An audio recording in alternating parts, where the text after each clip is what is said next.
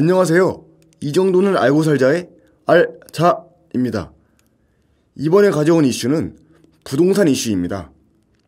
지난해부터 수도권의 분양시장에 빠지지 않는 바로 로또 청약, 이 이슈입니다. 분양가가 시세보다 상대적으로 싸게 책정이 되면서 당첨되신 분들이야 싼 가격의 아파트를 마련할 수 있어서 아주 좋은데 이게 또 당첨이 어렵죠.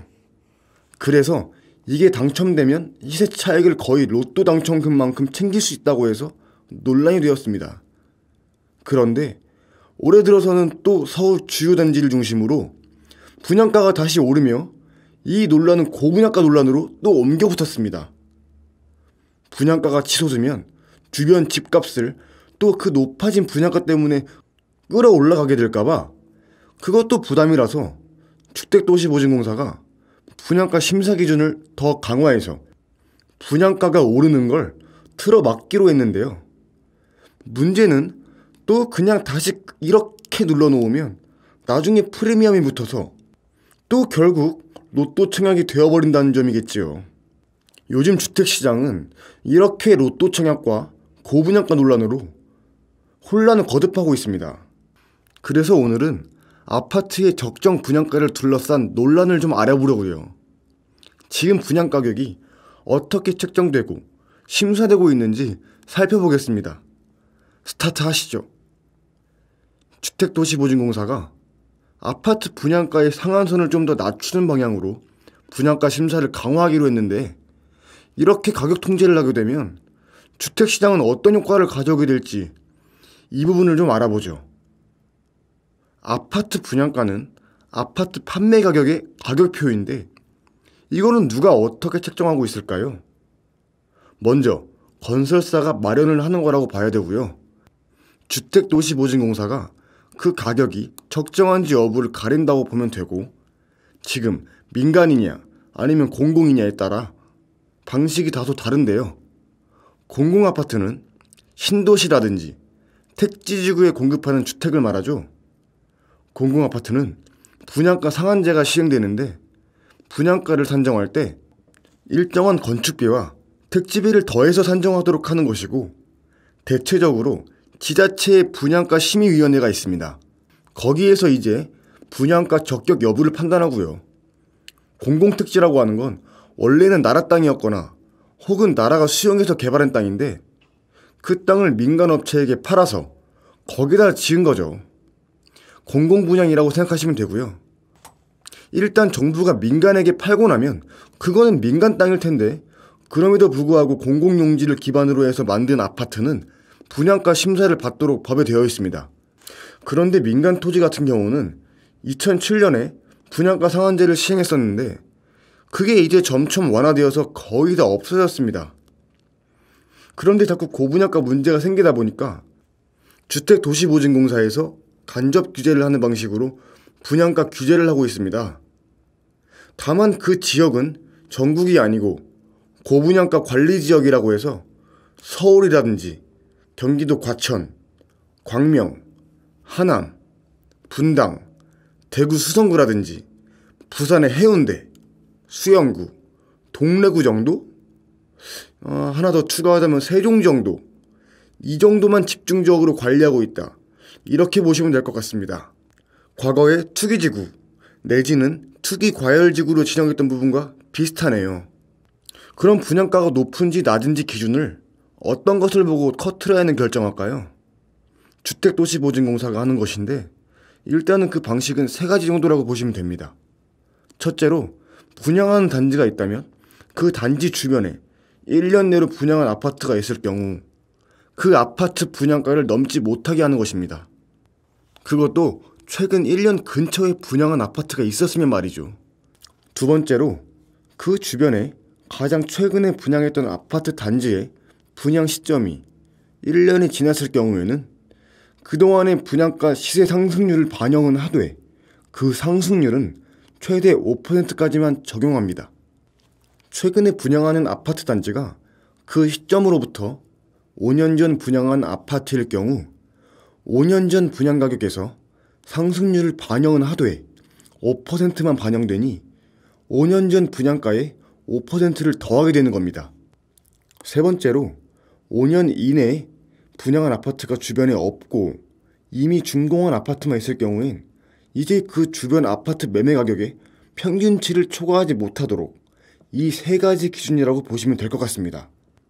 이렇게 되면 신규 아파트 분양가는 종전에 직전 분양까지 110% 정도까지 책정할 수 있었는데 앞으로는 105%가 되겠죠? 110%랑 비교했을 때 5% 정도 분양가가 살짝 낮아진다. 이렇게 보시면 될 것 같습니다.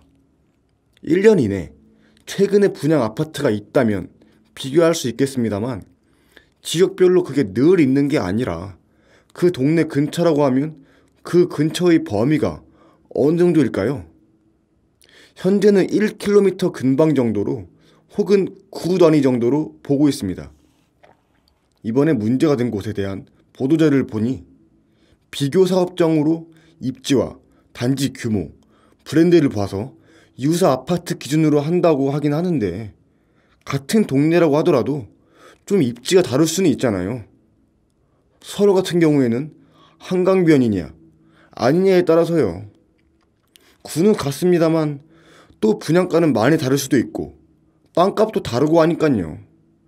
시공사가 어디냐, 구조가 어떤 거냐에 따라서 다를 수도 있죠. 그렇게 말하면 3베이냐, 4베이냐 이런 것도 좀 다를 수가 있고요. 그래서 일률적으로 분양가를 정하는 것은 약간 논란의 여지가 있습니다. 그래서 이런 논란을 줄일 수 있도록 더 디테일한 규정들이 좀 있어야 할 것 같아요. 그러나 그 디테일한 무언가를 찾을 방법이 딱히 안 떠오르죠. 굳이 규제를 하려고 하면 주변 시세하고 비교를 해야 될 텐데 사실 같은 아파트 단지에 같은 동이라도 1층과 10층의 가격은 다릅니다. 일반적으로요. 멀리 떨어져 있는 아파트하고 비교한다는 게 대안을 찾기 쉬울까? 라는 생각도 드네요. 논란은 어쨌든 최소화하는 게 현실적인 방법이겠죠. 이게 그럼 혹시 어떤 근거로 사용할 수 있을까요? 예를 들면 주택도시보증공사라고 하는 기관이 어떤 기관이길래 여기서 이 정도 분양가 이상은 하지 마세요 라고 하면 건설사들은 어쩔 수 없이 따를 수밖에 없는 그런 구조가 되었을까요?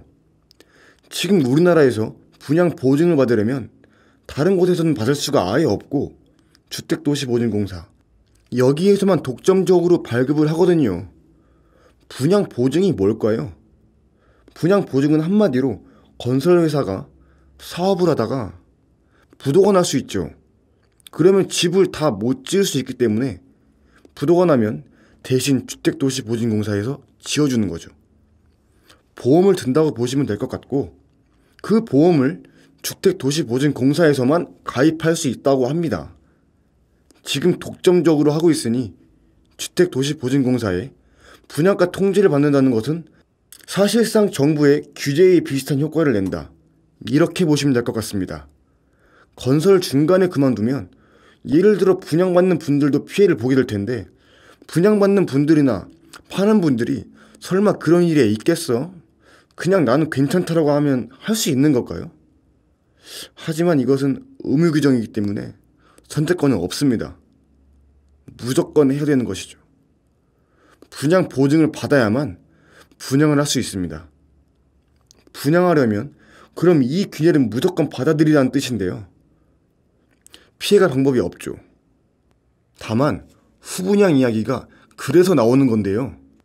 지금 공정률 80% 이상 단계로 가면 분양보증 없이도 건설사 간의 연대보증을 통해서 일반 분양을 할 수가 있거든요.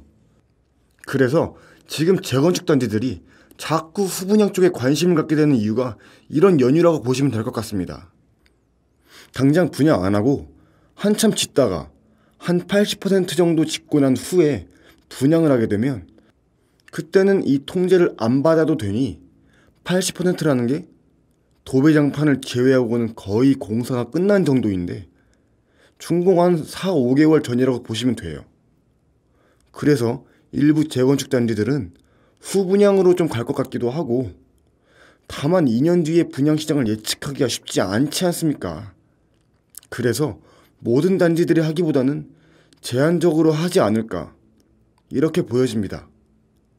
2년 후에 분양해도 얼마든지 분양될 만한 것들은 과감하게 그런 판단을 할 수도 있겠네요.